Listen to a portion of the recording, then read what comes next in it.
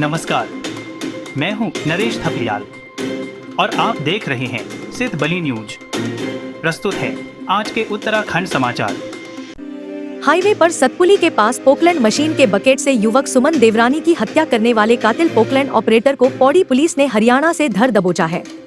वरिष्ठ पुलिस अधीक्षक पौड़ी लोकेश्वर सिंह ने बताया कि 7 जून की रात करीब 11:30 बजे नौसीन गांव डाडा मंडी निवासी सुमन देवरानी अपने साथी के साथ गुमखाल से सतपुली की ओर आ रहे थे।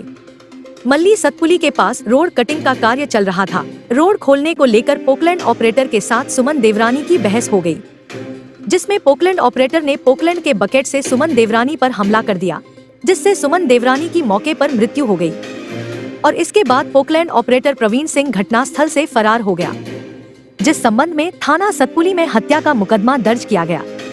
एसएसपी ने बताया कि युवक की हत्या की घटना को गंभीरता से लेते हुए ठोस साक्ष्यों का संकलन कर हत्यारोपी को जल्द गिरफ्तार करने के लिए थानाध्यक्ष सतपुली जगमोहन सिंह रमोला के नेतृत्व में अलग अलग पुलिस टीमों का गठन किया गया।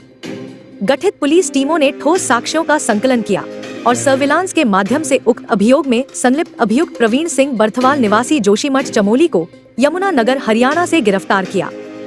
गिरफ्तार शुदा अभियुक्त को न्यायालय के समक्ष पेश कर पौड़ी जेल भेज दिया गया है।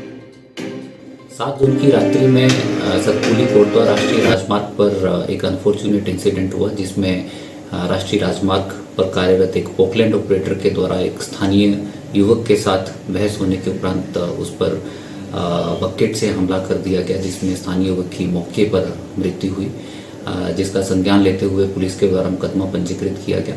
पंचायतनामा पोस्टमार्टम की कार्रवाई करने के उपरांत हमारी टीम्स के द्वारा इस अभियुक्त की गिरफ्तारी के प्रयास किए जा रहे थे। अभियुक्त मौके से ही फरार चल रहा था, जिसका पिछले 2 दिनों में हमारी टीम के द्वारा लगातार उसके वेयरअबाउट्स के प्रयास किए जा रहे थे, गिरफ्तारी करने का प्रयास किया जा रहा था। 9 जून की रात्रि में इस अभियुक्त को हमारी टीम्स के द्वारा यमुनानगर हरियाणा से गिरफ्तार किया गया है और जांच में और पूछताछ में ये पता चला है कि इन दोनों की आपस में किसी बात को लेकर बहस हुई और बहस होने के उपरांत इस ऑपरेटर के द्वारा क्रेन की बकेट से हमला कर दिया गया। इस जांच में हम लोग सभी पहलुओं पर आगे विवेचना कर रहे हैं और इसमें जो भी आगे फैक्ट्स आएंगे उसी के आधार पर अग्रिम कार्रवाई की जाएगी। अभियुक्त की गिरफ्तारी करने के उपरांत आज न्यायालय में इसे पेश किया जाएगा। उधर प्रदेश के लोक निर्माण मंत्री सतपाल महाराज ने युवक सुमन देवरानी की हत्या के मामले में कार्यदायी संस्था मेसर्स कल्याण शिवालिक इंफ्रा जेवी के खिलाफ कार्रवाई की है। मंत्री ने मामले का संज्ञान लेते हुए उक्त कंपनी का अनुबंध तत्काल निलंबित करने के एनएच अधिकारियों को निर्देश दिए हैं। मंत्री सतपाल महाराज ने कहा कि कार्यदायी कंपनी को अपने कर्मचारियों द्वारा गैरकानूनी, उपद्रवी या अव्यवस्थित आचरण को रोकने के लिए उचित सावधानियां नहीं बरती गई। इतना ही नहीं, कंपनी द्वारा कई स्थानों पर कार्यस्थल से पहाड़ कटान के पश्चात मलबा पूर्ण रूप से नहीं हटाया गया है, जिससे आने जाने वाले यात्रियों को पूर्ण रूप से सुरक्षित यातायात उपलब्ध नहीं कराया गया, जिसके कारण कार्यदायी संस्था का अनुबंध निलंबित कर दिया गया है। अब एक कमर्शियल ब्रेक है, देखते रहिए सिद्ध बली न्यूज।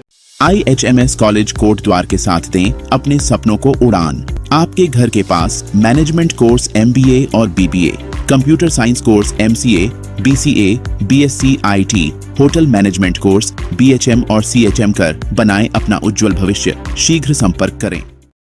जिलाधिकारी पौड़ी डॉक्टर आशीष चौहान की अध्यक्षता में मंगलवार को जिला कार्यालय सभागार में उद्योग मित्र की बैठक आयोजित की गई।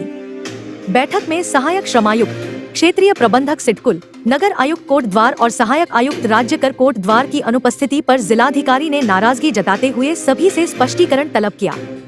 उन्होंने ग्रोथ सेंटर सिगड्डी में सार्वजनिक शौचालय निर्माण के लिए महाप्रबंधक उद्योग को तत्काल DPR तैयार करने के निर्देश दिए। वहीं फूड, आयुर्वेदिक, फार्मा और अन्य औद्योगिक इकाइयों के लिए सैंपल चेकिंग लैब स्थापित करने के लिए DPR तैयार कर 10 दिन के भीतर एक समिति गठित करने को भी कहा। साथ ही उन्होंने चेतावनी दी कि नोटिस जारी करने में हीला हवाली पर संबंधित अधिकारियों की जवाबदेही तय की जाएगी। बैठक में महाप्रबंधक उद्योग सोमनाथ गर्ग सहित अन्य अधिकारी उपस्थित थे। उधम सिंह नगर पुलिस ने एक बड़े ऑपरेशन को सफलतापूर्वक अंजाम देते हुए मायावी इच्छाधारी बाबा शातिर ठग को गिरफ्तार कर लिया है। जिसने अपनी मायावी कलाओं और भ्रामक तरीकों से करोड़ों रुपए की ठगी की थी। मिली जानकारी के अनुसार 8 जून को रुद्रपुर कोतवाली में एक महिला की ओर से दी गई तहरीर ने इस पूरे मामले का खुलासा किया। महिला ने बताया कि आरोपी बाबा ने उसके घर के अंदर जमीन के नीचे दबा हुआ धन निकालने का नाटक रचते हुए उसके साथ बलात्कार किया और उसकी आपत्तिजनक वीडियो बना ली। इस वीडियो के जरिए उसने 5 लाख रुपए वसूले। इसके बाद भी आरोपी महिला को उस आपत्तिजनक वीडियो का डर दिखाकर 20 लाख रुपयों की और मांग कर रहा था। मामले की गंभीरता को देखते हुए पुलिस ने 9 जून देर शाम अभियुक्त राम भक्त को रुद्रपुर से गिरफ्तार कर लिया गया। आपको बता दें कि यह इच्छाधारी बाबा अपनी असली पहचान छुपाने और लोगों को भ्रमित करने में माहिर था। वह लोगों को यह विश्वास दिलाता था कि उसके पास अलौकिक शक्तियां हैं। इसी क्रम में वह बाल जलाकर पैसे बनाने का दिखावा करता था। इस तरह के तंत्र मंत्र का झांसा देकर वह लोगों से लाखों रुपए ऐंठता था। एसएसपी मणिकांत मिश्रा ने बताया कि इस रहस्यमयी मायावी इच्छाधारी बाबा का पर्दाफाश होने से कई और लोग ठगी का शिकार होने से बच गए।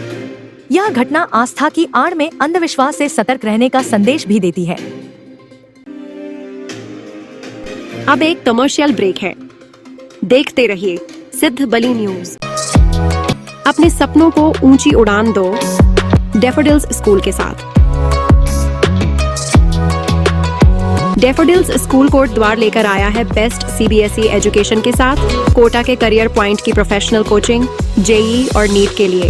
भविष्य की जीत आज से तय करो। Admission open. डैफोडिल्स में अपना सुनहरा कल शुरू करें।